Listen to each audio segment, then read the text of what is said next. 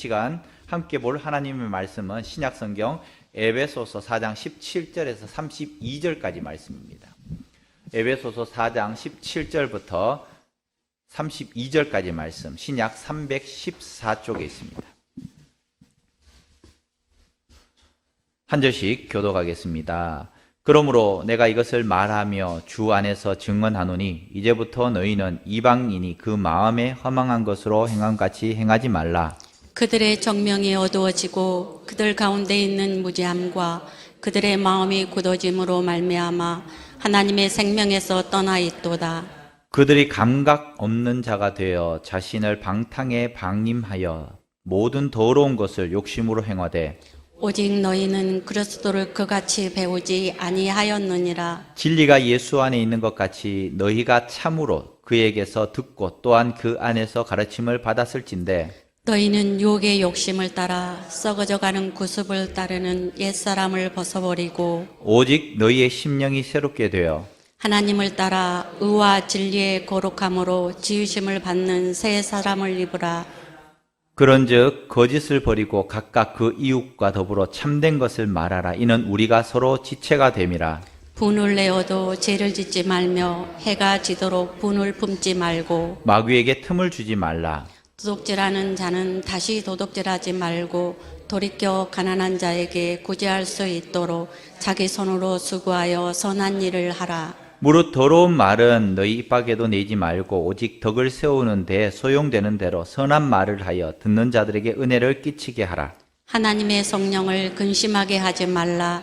그 안에서 너희가 구원의 날까지 인치심을 받았느니라. 너희는 모든 악독과 노함과 분냄과 떠드는 것과 비방하는 것을 모든 악의와 함께 버리고 서로 친절하게 하며 불쌍히 여기며 서로 용서하기를 하나님이 그리스도 안에서 너희를 용서하신 것과 같이 하라. 아멘. 계속해서 에베소 말씀을 함께 살펴보고 있습니다. 에베소 말씀을 보면서 교회란 무엇인가, 교회론에 대해서 함께 나누기를 원합니다. 여름날 선녀가 더위를 피하기 위해서 폭포가에 내려와 앉아서 목욕을 하고 있었습니다. 그 광경을 지켜본 사람이 있었습니다. 누굴까요? 나무꾼이죠. 나무꾼. 이 나무꾼이 선녀의 목욕을 지켜보았습니다. 그리고 선녀가 어디 못 가도록 일단 붙잡아 놓아야겠다는 생각이 들었습니다. 어떻게 했을까요? 옷을 숨겼습니다. 그래서 선녀가 옷을 벗어둔 바위로 살금살금 기어가서 선녀의 옷보따리를 감추고 자기 가슴에 안았습니다. 그리고는 어떻게 됐을까요? 우리가 아는 내용은 모든 선녀들이 하늘로 갔는데 이 옷이 없는 선녀는 울면서 그 자리에 있었다. 그래서 나무꾼이 그와 결혼했다. 뭐 이런 스토리죠. 그런데 요즘 현대판 선녀 나무꾼 이야기가 있습니다. 그 순간, 옷을 안는 순간 나무꾼은 하늘로 올라갔다는 겁니다. 왜냐? 옷이 날개이기 때문에. 옷이 날개라서 이 나무꾼이 선녀의 옷을 안는 순간 하늘로 올라갔다는 겁니다. 사람은 자기가 입는 옷에 걸맞는 행동을 해야 된다는 겁니다. 험한 옷을 입으면 험한 행동을 하고 싶어지고 또 고상한 옷을 입으면 고상하게 행동하게 됩니다. 경찰, 군인들은 제복을 입습니다. 제복을 입는 이유가 뭡니까?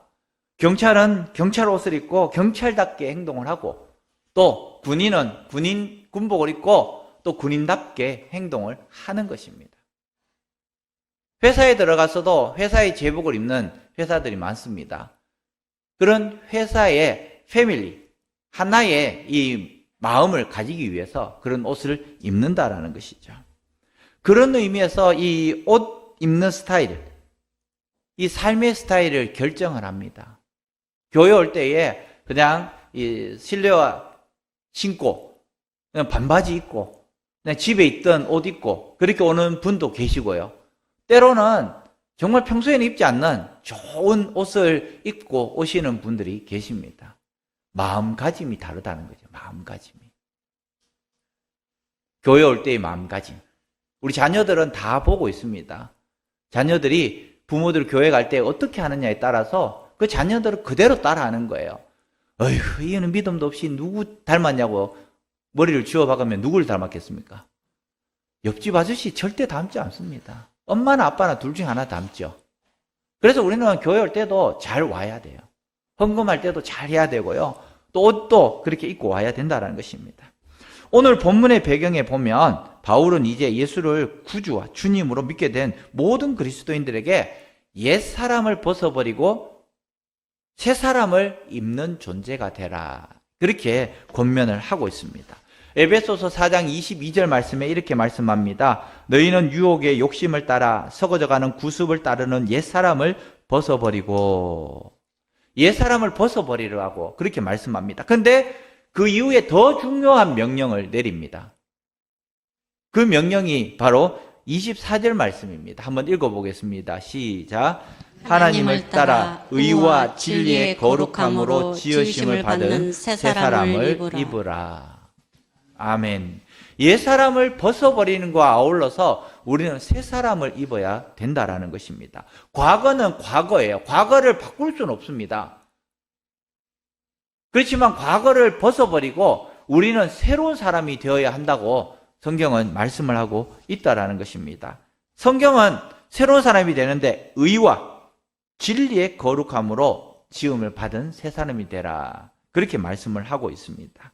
달리 말하면 옛 옷을 벗고 새 옷을 입으라고 말씀을 하고 있는 것이죠. 본문은 우리가 어떻게 그리스도인으로 새 옷을 입고 새로운 스타일의 삶을 살아갈 수 있는지를 보여주고 있습니다. 우리는 어떻게 옛 옷 대신에 새 옷을 입고 새 스타일로 살아갈 것인가를 오늘 살펴보기를 원합니다. 먼저 지난주 말씀에 4장 1절부터 16절 말씀을 잠시 살펴보겠습니다. 바울은 우리에게 요구합니다. 부르심에 합당한 생활을 하라고 말합니다. 1절 말씀에 부르심에 합당한 생활을 하라고 우리에게 당부를 하고 있습니다. 이 부르심이 어떤 부르심일까요? 그냥 우리를 오라라 이야기했습니까? 그냥 오라고 이야기하는 것이 아니라 거기에 대한 행동을 이야기를 하고 있는 것입니다. 부르심은 하나님께서 우리를 구원하신 목적이라고 말할 수 있는 것이죠. 우리를 부르신 목적이 뭐냐? 2절, 3절 말씀에 보면은 한번 읽어보겠습니다. 시작. 모든 겸손과 온유로 하고 오래 참음으로 사랑 가운데서 서로 용납하고 평안에 매는 줄로 성령이 하나 되게 하신 것을 힘써 지키라. 아멘. 모든 겸손과 온유와 오래 참음과 사랑 가운데 서로 용납하는 것입니다. 교회는 용납하는 것이에요. 우리의 공동체는 용납의 공동체 되어야 됩니다. 너는 왜 그렇게 생겼어? 라고 하면 안 돼요. 그렇게 생겼음에도 불구하고 우리가 받아들여야 돼요. 빨주노초 파란보 다 다릅니다. 그러나 그들이 모였을 때에 무지개가 되는 거예요. 때로는 세모일 수도 있고 때로는 동그라미일 수도 있고 때로는 네모일 수도 있고 때로는 육각형일 수도 있습니다. 그런데 중요한 것은 하나님의 형상을 입은 저와 여러분들이기 때문에 다 달라도 같은 지체로 불러졌다라는 것입니다. 그래서 평안에 매는 줄로 성령이 하나 되게 하신 것을 힘써 지켜라. 그렇게 말씀을 하고 있는 것입니다. 그러면은 부르심에 대한 목적이 무엇이냐? 4절 말씀에 보면은 오늘 교회론에 대해서 언급을 하고 있습니다. 바울 사도는 몸이 하나고 성령도 한 분이시니 우리의 부르심의 한 소망 안에서 불렀다고 말하면서 12절 말씀을 한번 읽어보겠습니다. 12절입니다. 시작. 이는 성도를 온전하게 하여 봉사의 일을 하게 하며 그리스도의 몸을 세우려 하심이라. 아멘. 교회는 성도를 온전하게 해야 됩니다. 봉사의 일을 하게 해야 됩니다. 그리스도의 몸을 세워야 하는 것입니다. 세 가지 일뿐만 아니라 더 많은 일을 해야 되지만은 오늘 본문에는 성도를 온전하게 하고 봉사의 일을 하게 하고 또 그리스도의 몸을 세우게 해야 한다는 것입니다. 결국에 성도를 부르신 이유, 저와 여러분을 부르신 이유가 뭐냐? 바로 그리스도의 몸을 세우기 위한 것입니다. 그리스도의 몸. 성도를 세우기 위해서입니다. 저를 세우기 위해서입니다. 교회를 세우기 위해서입니다. 그래서 저와 여러분을 부르셨다라고 오늘 말씀을 하고 있는 것이죠. 그 목적을 위해서 온 성도가 하나님의 아들을 믿는 것과 또 아는 것이 하나가 되어서 온전한 사람이 되는 것이다라는 것입니다. 온전한 사람이 되는 것. 온전한 사람이 된다라는 것은 바로 예수님을 닮고 또 예수님을 닮아가는 것. 그것이 바로 우리를 부르시는 소명이고 소망이고 목적이라는 것입니다. 우리가 누구를 닮아가야 된다고요? 예수님을 닮아. 교회가 세워졌는데 교회가 예수님의 길을 가지 않는다. 저와 여러분들이 예수님의 길을 가지 않는다. 목적이 어긋난 것입니다. 목적이. 그래서 15절 말씀에 보면은 오직 사랑 안에서 참된 것을 하고 범사에 그에게까지 자라라. 그렇게 말씀합니다. 참된 것을 하는 것이 방법입니다. 범사에 그에게까지 자라는 것이 목표입니다. 예수 그리스도에게까지 자라야 한다고 오늘 말씀을 하고 있는 것입니다. 그는 누구라고요? 그리스도. 우리가 자라가야 될 목표가 바로 그리스도입니다. 목표가 있어야지 우리가 갈지차로 가지 않습니다. 똑바로 갈 수 있다는 것입니다. 물론 그리스도까지 갈 수는 없습니다. 우리가 무엇이 간대? 그러나 그렇게 되도록 노력을 한다라는 것이죠. 그래서 우리는 신앙생활 하는데 항상 목표가 있어야 되는 거예요. 목표가 돈일 수도 있습니다. 목표가 건강일 수도 있습니다. 목표가 친교일 수도 있습니다.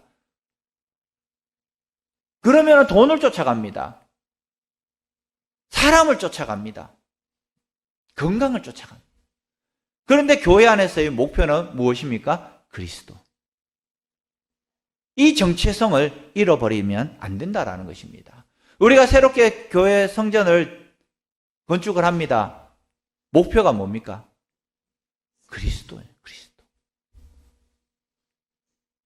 그리스도를 알리기 위해서, 더 효과적으로 알리기 위해서 교회 성전을 짓는 거예요. 우리가 지었다, 우리가 박수치고 우리가 으쓱하고, 이것이 우상이 되어버릴 수도 있다는 것입니다. 그것이 목표가 되어버릴 수도 있다는 것이죠. 목표가 아닙니다. 과정입니다.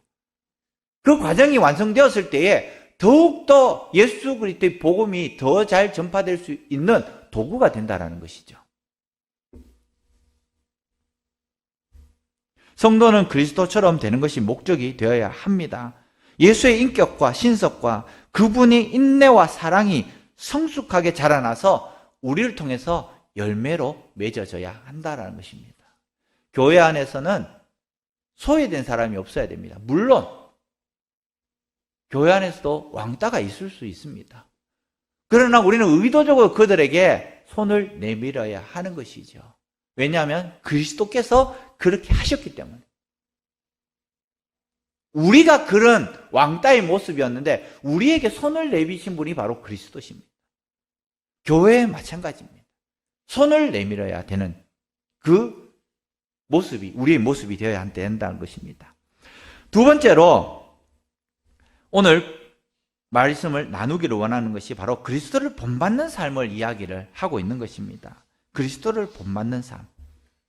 어떻게 그리스도를 본받아야 되는가? 첫 번째로 그리스도를 본받는 삶이란 것이 무엇인가에 대해서 오늘 말씀을 하고 있습니다. 그래서 새 사람을 입으라고 오늘 우리에게 먼저 말씀합니다. 첫 번째 보면은 새 사람을 입으라고 24절에 말씀하는데요. 아까 전에 읽었지만 다시 한 번 더 읽어보겠습니다. 시작. 하나님을 따라 의와 진리의 거룩함으로 지으심을 받은 새 사람을 입어라. 그리스도를 본받는 것이 바로 새 사람을 입는 것입니다. 새 사람을 입기 위해서 먼저 옛 사람을 벗어야 된다고 22절에 말씀을 하고 있습니다. 너희의 유혹에 욕심을 따라 썩어져가는 구습을 따르는 옛사람을 벗어버리고, 옛사람은 육체의 욕심과 욕망과 육신으로 살아가는 것이 바로 옛사람입니다. 성령과는 상관없이 내 욕심에 따라서 사는 것이 바로 옛사람이라는 것입니다. 세상의 것을 바라보고 세상의 소망을 두고 세상의 가치관을 우선으로 두고 살아가는 사람이 바로 옛사람이라는 것입니다.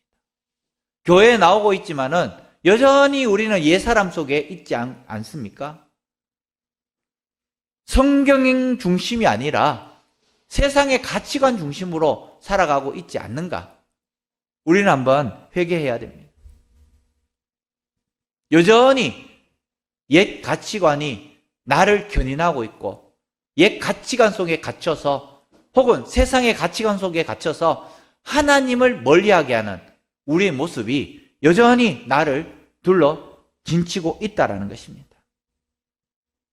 여전히 내 속에 세상의 소망을 두고 살아가고 있는 그 모습이 나에게 있다는 것입니다.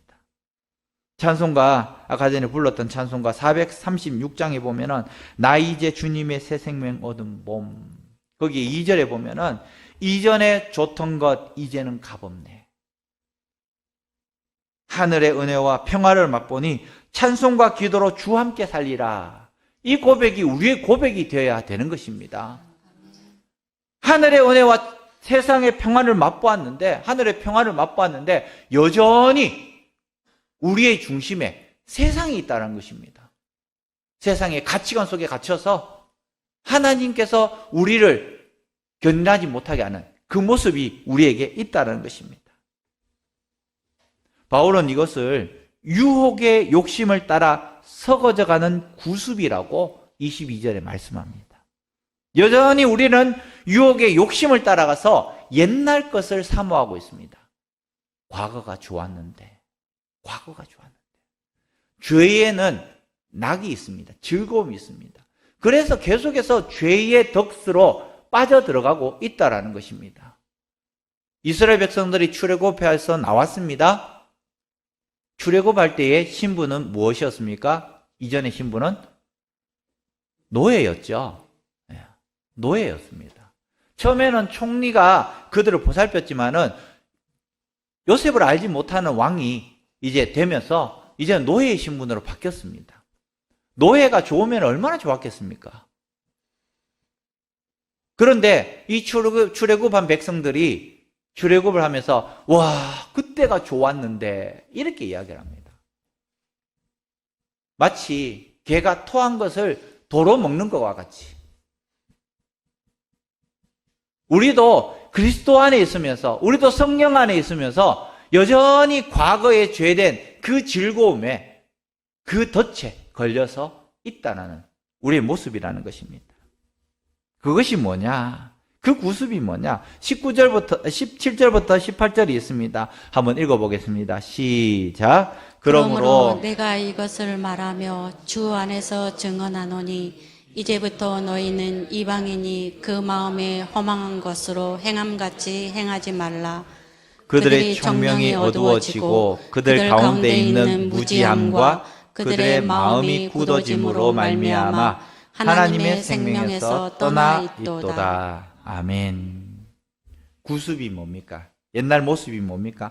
허망한 것으로 행한다는 것입니다. 없어질 것으로 행한다는 것입니다. 헛되리 모든 것이 헛된 것으로, 그럼에도 불구하고 그것을 즐거움으로 낙으로 삼고 있었던 그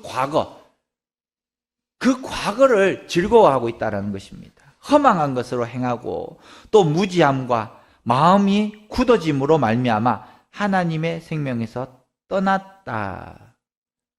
그 결과로 19절 말씀이 나와 있습니다. 19절 말씀 한번 읽어보겠습니다. 시작. 그들이 감각 없는 자가 되어 자신을 방탕에 방임하여 모든 더러운 것을 욕심으로 행하되. 아멘.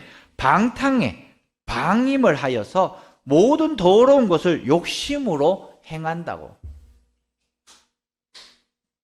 회복이 불가능함에도 불구하고 그것을 좋아했다라는 것입니다. 후회하면서도 그것을 또 했다라는 것이죠. 19절 말씀을 공동번역 개정판으로 이렇게 말씀하고 있습니다. 그들은 도덕적인 감각을 잃고 제 멋대로 방탕에 빠져서 온갖 더러운 짓을 하고 있습니다. 도덕적인 감각을 잃어버렸다는 것입니다. 제 멋대로 방탕에 빠져서 온갖 더러운 짓을 하고 있다는 것입니다. 그것이 바로 유혹의 욕심을 따라 썩어져가는 구습이라는 거예요. 옛날 습관이라는 것입니다. 그래서 오늘 바울은 우리에게 이야기합니다. 우리가 입어야 할 새 사람은 무엇인가? 그것을 말씀하면서 다시 한 번 더 읽어보겠습니다. 23절, 24절입니다. 시작. 오직 너희의 심령이 새롭게 되어 하나님을 따라 의와 진리의 거룩함으로 지으심을 받은 새 사람을 입어라. 아멘. 먼저 심령이 새롭게 되는 것입니다. 우리가 입어야 될 것은 무엇이니까? 먼저 심령이 새롭게 되는 것입니다. 욕심을 따라 행하지 않고 성령을 따라 행하는 것이 바로 새 사람을 입는 것입니다. 우리는 인간의 욕심을 따라서 많이 행합니다. 세상 것과 하나님 것을 놔뒀을 때에 때로는 우리는 세상 것을 향해서 나갈 때가 있습니다. 하나님 것은 잠시 접어두고 세상을 향해 나갈 때가 있다라는 것이죠. 욕심을 따라 행한다라는 것입니다. 그렇지만 우리가 새 사람을 입은 저와 여러분들은 성령을 따라 행해야 될 줄 믿습니다. 두 번째는 하나님을 따라서 의와 진리의 거룩함으로 계속 성숙을 향해서 지으심을 받는 것입니다. 그것이 바로 우리가 입어야 할 새 사람이라는 것이죠. 의와 진리의 거룩함으로 계속 성숙을 향해서 지으심을 받는 것. 의와 진리 그리고 거룩함은 그리스도인이 살아야 될 삶의 방식입니다. 의로운 것, 또 거룩한 것, 우리가 살아야 될 삶의 방식입니다. 그리스도의 지체로서 그리스도인에게 합당한 삶이 바로 새 사람을 입는다라는 것입니다. 우리는 어떻게 살아가고 있습니까? 의라는 것은 복음 안에서 사는 것이에요. 우리는 하나님의 말씀대로 살아가고 있습니까? 복음 안에 살아가고 있습니까? 하나님이 가라 하면 가고 멈추라 하면 멈추고 좌하면 좌, 우하면 우하고 있습니까? 아이고 하나님 그거 아니지 않습니까? 나에게 우를 주십시오라고 계속해서 때를 부리고 있지 않습니까? 하나님이 멈추라고 함에도 불구하고 우리는 계속해서 나가고 있는 그 모습, 우리의 모습이라는 것입니다. 의롭지 않다라는 것입니다.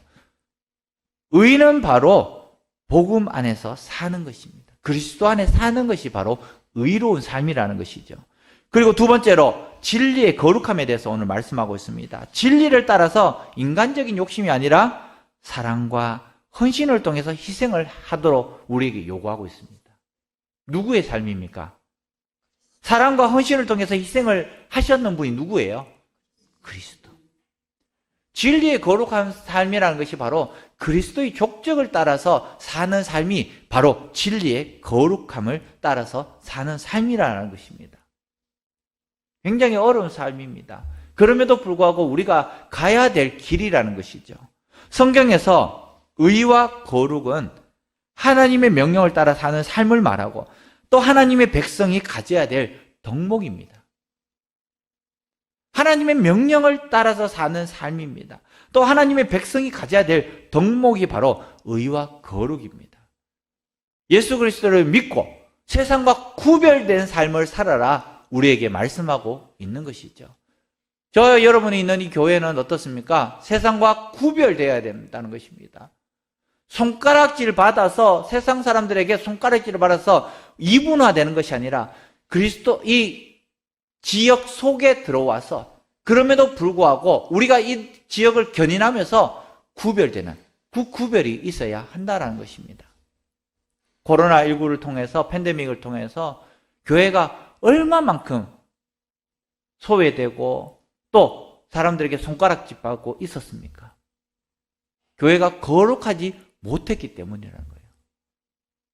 교회는 앞으로는 더 거룩해져야 할 줄 믿습니다. 그리스도를 본받는 삶이란 무엇인가? 두 번째 보면은 새 사람을 입으라 말했고 두 번째는 삶의 열매를 드려라. 삶의 열매를 드러내라. 그렇게 말씀을 하고 있습니다. 삶으로 열매를 드러내야 됩니다. 저 여러분들의 열매, 삶으로 드러나야 합니다. 그리스도의 모습이 우리의 삶으로 드러나야 되는 것이에요. 과거에는 전도 축제를 하고 그렇게 하면 뭐 선물도 주고 하면 교회 많이 나왔습니다. 요즘은 나옵니까? 안 나옵니까? 안 나와요. 내가 네 믿는 예수 나는 안 믿을란다. 네 하는 모습 보니까 너나 내나 똑같은데 내가 왜 일요일날 쉬어야지 교회에 나가노? 이렇게 이야기를 하는 거예요. 삶으로 열매를 드러내지 못했기 때문이라는 것입니다. 너나 내나 똑같다라는 겁니다. 나나 너나 똑같은데 나는 일요일날 쉴란다 할 말이 없는 거예요. 그들과 다른 체급이 되어야 되는데 같은 체급으로 우리는 있다라는 것입니다. 25절 말씀 한번 읽어보겠습니다. 시작. 그런즉 거짓을 버리고 각각 이웃과 더불어 참된 것을 말하라. 이는 우리가 서로 지체가 됨이라. 아멘. 각각 중요한 것은 각각 그 이웃과 더불어 참된 것을 하라. 저 멀리 있는 사람이 아니라 옆에 있는 그 이웃과 더불어서 참된 것을 말하라는 것입니다. 그런데 우리는 이웃들에게 참된 것을 말할 수 없는 우리의 모습들이 많이 있다는 것이죠. 앞에 소개된 사람들은 새 사람을 입는 자는 구체적인 삶을 말하고 있습니다. 성도는 거짓을 버리고 참된 것을 말하라고부터 시작을 하고 있습니다. 두 번째는 26절에 화를 내더라도 죄를 짓지 마십시오. 해가 지도록 노여움을 품고 있지 마십시오. 네. 화를 내더라도 죄를 짓지 마십시오. 해가 지더라도 노여움을 품고 있지 마십시오. 그렇게 말씀하고 있습니다. 우리는 화를 낼 수 있습니까? 없습니까? 네, 화를 낼 수 있습니다. 화를 낼 수도 있고요. 그런데 화를 내는데 어떻게 해야 돼요? 해가 지도록 노여움을 품고 있지 말라고 그렇게 말씀하고 있습니다. 죄를 짓는 것은 어떤 경우에도 합리화될 수 없습니다. 왜냐하면 우리가 계속해서 화를 내고 내일까지 화를 내고 모레까지 화를 내면 그 화의 틈을 타서 마귀가 거기에 들어오는 것입니다. 마귀가 유혹을 하는 것입니다. 계속해서 더 많은 죄를 짓도록 우리 자신을 방임시킨다고 말씀하고 있습니다. 그래서 분노를 계속해서 품는 것은 마귀로 하여금 자신의 마음에 침입하도록 마음문을 열어놓는 겁니다. 닫아놔야 되는데 열어놓는 겁니다. 그 여지를 제공해 주는 것이죠. 분노는 미움과 오해와 악의와 보복감을 조성해 줍니다. 계속해서 더 미워하도록 만들어낸다는 것이죠. 그리스도의 사랑의 계명을 지키지 못하도록 조장한다는 것입니다. 마귀가 그 앞에 탁 가로막고. 그래서 바울은 26절에 화를 내지 말라고 하는 것이 아니라 내더라도 빨리 끝내라. 그렇게 말씀을 하고 있는 것입니다. 도둑질하지 말고 더러운 말을 하지 말라고 우리에게 새 사람을 입는 저와 여러분들에게 말씀하고 있습니다. 28절 말씀 표준 세번역으로 읽도록 하겠습니다. 시작. 도둑질을 하는 사람은 다시는 도둑질을 하지 말고 수고를 하여 제 손으로 떳떳하게 벌이를 하십시오. 그리하여 오히려 궁핍한 사람에게 나누어 줄 것이 있도록. 29절입니다. 나쁜 말은 입 밖에 내지 말고 덕을 세우는 데 필요한 말이 있으면 적절한 때에 해서 듣는 사람에게 은혜를 끼치게 하십시오. 아멘. 더러운 말은 입 밖에도 내지 말라고 그렇게 말씀하고 있습니다. 그리고 필요한 말도 적절한 때에 하라는 겁니다. 좋은 말이라고 해서 다 좋은 말이 아니에요. 좋은 말도 시기와 때가 있다라는 것입니다. 그래서 더러운 말은 너희 입 밖에도 내지 말고 덕을 세우는 데에 소용되는 데 선한 말을 하고 듣는 자들에게 은혜를 끼치게 하라. 그렇게 말씀하고 있어요. 좋은 말이라고 남들이 다 듣기 좋은 말이 아니에요. 덕을 세우는 말을 해야 되는데 그 사람이 꼭 필요할 때에 그 말을 하라고 오늘 말씀을 하고 있는 것입니다. 욕심과 욕망과 방탕과 방임으로 인해서 일어나는 세상의 헛된 것들과 죄악들, 성도는 이런 것들을 마땅히 버려라고 말씀하면서 덕을 세우라. 교회는 덕을 세워야 됩니다. 이 지역에 덕을 세워야 되고요. 내 이웃에게 덕을 세워야 됩니다. 교회가 세워지는데 사람들이 왜 그것을 막습니까? 왜 막아요? 덕이 안 되니까 막는 거예요. 땅값이 떨어진다는 겁니다. 교회가 들어서면 땅값이 더 올라가야 되는데 땅값이 떨어진다고 이야기를 합니다. 지금까지 교회가 그런 덕을 세우지 못했기 때문에 그런 모습이 지금 나타나고 있는 것입니다. 그런데 신성북교회가 새롭게 건축하고 이곳에 있음을 통하여서 이 지역에 정말 선한 일을 하고 사람들에게 칭찬 듣는 일을 하고 교회가 세워지는 것에 대해서 사람들이, 이웃들이 자부심을 가질 수 있도록 우리가 그들에게 다가가야 할 줄 믿습니다. 덕을 세워야 할 줄 믿습니다. 그리스도를 본받는 삶이란 무엇인가? 세 번째로 보면은 성령을 근심하게 하지 말라. 그렇게 말씀합니다. 첫 번째로는 새 사람을 입고, 두 번째로는 삶으로 열매를 드러내고, 세 번째로는 성령을 근심하게 하지 말라. 이것은 믿는 그리스도인들에게 하는 소리입니다. 성령을 근심하게 한다는 것입니다. 30절 말씀 한번 읽어보겠습니다. 시작. 하나님의 성령을 근심하게 하지 말라. 그 안에서 너희가 구원의 날까지 인치심을 받았느니라. 아멘. 성령을 근심하게 한다는 것은 성령을 비인격적으로 대한다는 것입니다. 성령은 저와 여러분들의 마음속에 들어와 있습니다. 그런데 비인격적으로 대한다는 것은 성령이 성령께서 하시는 일을 못하게 만들어버린 거예요.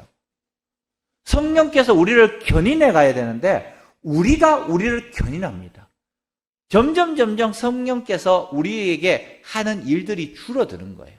그렇다고 해가지고 성령이 우리를 떠나는 것은 아니지만은 결국에는 우리의 삶 가운데에 하나님께서 우리를 터치할 수 있는 시간적인 여유, 공간적인 여유, 또 마음의 여유를 주시지 않는다는 것입니다. 결국에는 세상의 가치관, 또 세상을 우선으로 하는 삶을 살아가게 만들어 버린다는 것이죠. 그것이 바로 성령을 근심하게 하는 모습이라는 것입니다. 성령께서 우리 안에서 내주하심을 통해서 우리는 성전이 되는데, 그래서 우리는 성전이 되는 거예요. 저와 여러분들이 성전이 되는데, 그런데 성령께서 우리를 견인하지 못하고 우리에게 영향력을 끼치지 못하고 우리 인간적인 모습이, 세상적인 모습이 성령을 눌러버리기 때문에 결국에는 성령이 성령의 역할을 하지 못하고 성령을 근심하게 한다라는 것입니다. 성령을 근심하게 하는 것이 무엇인가에 대해서 31절 말씀에 말씀하고 있습니다. 31절 말씀 한번 읽어보겠습니다. 시작. 너희는 모든 악독과 노함과 분냄과 떠드는 것과 비방하는 것을 모든 악의와 함께 버리고. 아멘. 성령을 근심하게 하는 것이 무엇냐? 그것은 죄의 오래된 습관을 말합니다. 습관은 버리기가 정말 어렵습니다. 한번 만들어진 습관은 여든까지 가는 거예요. 여든까지 간다는 것은 죽을 때까지 간다는 이야기입니다. 우리 좋은 습관도 있지만 나쁜 습관도 있어요. 그런 습관을 바꿔야 되는데 나쁜 습관을 계속해서 가지고 갑니다. 계속해서 죄를 짓게 되기 때문에 성령이 소멸하게 된다는 것입니다. 여기 계시는 우리 사랑하는 성도님들, 성령에 의해서 주도된 삶을 사시길 바랍니다. 성령의 인도함을 받는 삶을 사시길 바랍니다. 성령께서 근심하시는 그 삶이 아니라 오히려 성령이 주도하는 삶을 살 수 있도록 우리의 인간적인 생각을 낮추시고 내 고집을 꺾으시고 세미하게 말씀하시는 그 성령의 말씀을 우리가 경청할 수 있는 그 시간이 있어야 한다는 것입니다. 교회 사역도 똑같습니다. 교회는 어떤 교회는 성령이 주도하는 교회가 있지만 어떤 교회는 철저히 육적인 교회, 인본적인 교회, 또 합리적인 교회, 외적 성향에 치우치는 교회, 기복주의 그런 교회들이 있다라는 것입니다. 영이 눌리고 또 눌리고 또 눌리고 결국에는 성령이 거의 없는 인본주의적인 교회로 바뀌는 교회들이 많이 있습니다. 말은 성경, 성령, 예수님, 하나님 이야기하지만은 그러나 그 앞서서 몇 껍질만 양파 껍질 벗기듯이 벗겨보면 내 욕심이 거기에 들어가 있습니다. 하나님의 말씀을 이야기하지만은 그러나 그 욕심을 벗겨버리면 그 욕심, 그 말씀 가운데 내가 들어가 있다는 거예요. 인본주의가 들어가 있다는 것입니다. 비성경적인 열매가 거기에 있다는 것입니다. 그래서 부르심에 합당하지 못한 삶에 빠져버린다는 거예요. 우리 교회는 성령께서 말씀하시는 그 말씀에 민감하게 반응하고 민감하게 행동해야 한다는 것입니다. 과연 하나님께서 무엇을 원하시고 이 교회를 통해서 어떤 것을 원하신가에 대해서 우리는 고민하고 나가야 한다는 것입니다. 부르심에 합당한 삶을 살아가야 한다는 것입니다. 부르심에 합당한 교회가 되어야 한다는 것이죠. 31절은 버려야 할 내용들이고요. 또 32절은 가지고 있어야 될 내용입니다. 버려야 할 내용은 우리가 함께 살펴보았습니다. 그러면 우리가 가져야 할 내용, 우리 교회가 가져야 할 내용이 뭐냐? 이것이 굉장히 중요한 겁니다. 첫째로 32절에 보면은 서로 친절하게 대해야 한다고 말씀합니다. 서로 친절하게 대해야 된다. 교회 오면 사랑이 넘쳐야 됩니다. 교회 오면 자비로워야 됩니다. 교회 오면 온유해야 됩니다. 다른 사람이 안고 있는 문제를 자신의 것인 것처럼 관심을 가져야 하는 것이에요. 내 이웃이 슬퍼하는데 그 슬퍼함도 몰라요. 좌절해 있는데 좌절함도 모릅니다. 두 번째로 교회는 불쌍히 여겨야 합니다. 예수님께서 이 땅에 오셔서 죄인들을 바라보았던 그 긍휼한 마음, 바로 불쌍히 여기는 마음입니다. 우리를 보면서 눈물을 흘리면서 예수님께서 우셨다. 가슴 통했다라는 것입니다. 목자로서 길 잃은 양을 바라보셨던 그 심정, 그것이 바로 불쌍히 여기는 마음입니다. 성령님께서는 우리를 하여금 예수 그리스도의 마음을 갖게 하셨습니다. 불쌍히 여기는 마음을 갖게 하셨다는 거예요. 교회도 마찬가지입니다. 이 교회도 이웃을 향해서 불쌍히 여기는 마음을 가지고 복음을 전하며 사랑을 전할 수 있는 교회가 되어야 한다는 것이죠. 셋째로 서로 용서해야 한다고 말씀을 합니다. 사람들과의 관계는 죄와 부패로 서로 용서해야 될 많은 허물들이 있습니다. 다른 말로 말씀드리면은 이 중에 죄인 아닌 분이 있습니까? 모두 다가 죄인이에요. 죄 없으신 분 계십니까? 원죄 이런 거 말고 다 죄가 있습니다. 죄가 있기 때문에 서로 고슴도치처럼 찌릅니다. 찔리기도 하고요. 아파하기도 하고요. 상처를 주기도 하고 상처를 받기도 합니다. 그렇기 때문에 우리는 서로 용서해야 하는 것입니다. 용서는 아무나 하는 것이 아닙니다. 용서는 누가 했느냐? 인격이 된 사람이 용서를 하는 거예요. 교회 안에서 큰 소리 낼 수도 있습니다. 그런데 인격이 높은 사람이 져줘요. 인격이 낮은 사람은 큰 소리를 계속해서 냅니다. 내 말이 맞다고 이야기를 합니다. 내 말이 정답이라고 이야기를 합니다. 정답은 없어요. 그런데 그것이 옳다라고 끝까지 주장합니다. 그래서 그 공동체를 깨어버릴 수가 있습니다. 우리의 용서의 근원은 하나님이 그리스도 안에서 나를 용서하셨던 그 용서가 우리의 용서의 근거가 되어야 되는 것입니다. 그저 내가 잘났기 때문에 너를 용서하는 것이 아니라 예수 그리스도의 마음을 품어야지 내가 그를 진정 용서해 줄 수 있다는 것이죠. 왜 우리가 섬기는 자가 되어야 합니까? 예수님께서 우리를 섬기셨기 때문에. 왜 우리는 형제를 위해서 목숨을 주어야 합니까? 예수님께서 우리를 위해서 목숨을 주었기 때문에. 왜 우리는 서로의 발을 씻겨줘야 합니까? 예수님께서 우리의 발을 씻겨주셨기 때문에. 우리 그리스도의 삶의 근거는 바로 예수 그리스도입니다. 우리 교회의 가장 근거는 뭡니까? 예수 그리스도예요. 사람이 아닙니다. 건물이 아니에요. 예수 그리스도가 우리 교회의 근본이 되어야 하는 것입니다. 다 없어져도 예수 그리스도는 끝까지 남아 있어야 하는 것입니다. 내가 죽어도 예수 그리스도만 존귀하게 되기를 우리는 기도해야 되는 것입니다. 교회에 예쁘게 멋지게 지어 놨습니다. 그 속에 예수 그리스도의 사랑이 없고 예수 그리스도의 생명이 없다면 그것은 건물일 뿐입니다. 그 속에 성령께서 함께 하시지 않으면 그것은 성전이 아니라 그냥 교회 건물인 것입니다.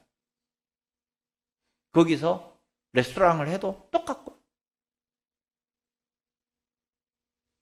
그래서 우리는 오늘 본문에서 우리를 향해서 말씀합니다. 바울은 새 사람을 입어라. 두 번째로 삶으로 열매를 드러내라. 세 번째로 성령을 근심하지 말라.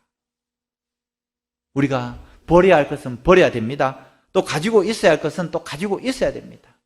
우리 여기 오셔서 함께 예배드리시는 우리 사랑하는 성도님들, 정말 우리 몸된 교회가 오늘 우리에게 말씀하셨던 이 말씀처럼 정말 온전하게 예수 그리스도의 터 위에 중심을 가지고 그 터 위에 우리 성도님들을 세우고 이웃들을 섬기고 또 더 나아가서 예수 그리스도의 복음을 전할 수 있는 우리 사랑하는 성도들 되시기를 주님의 이름으로 간절히 축원합니다. 우리 다 함께 찬양하겠습니다.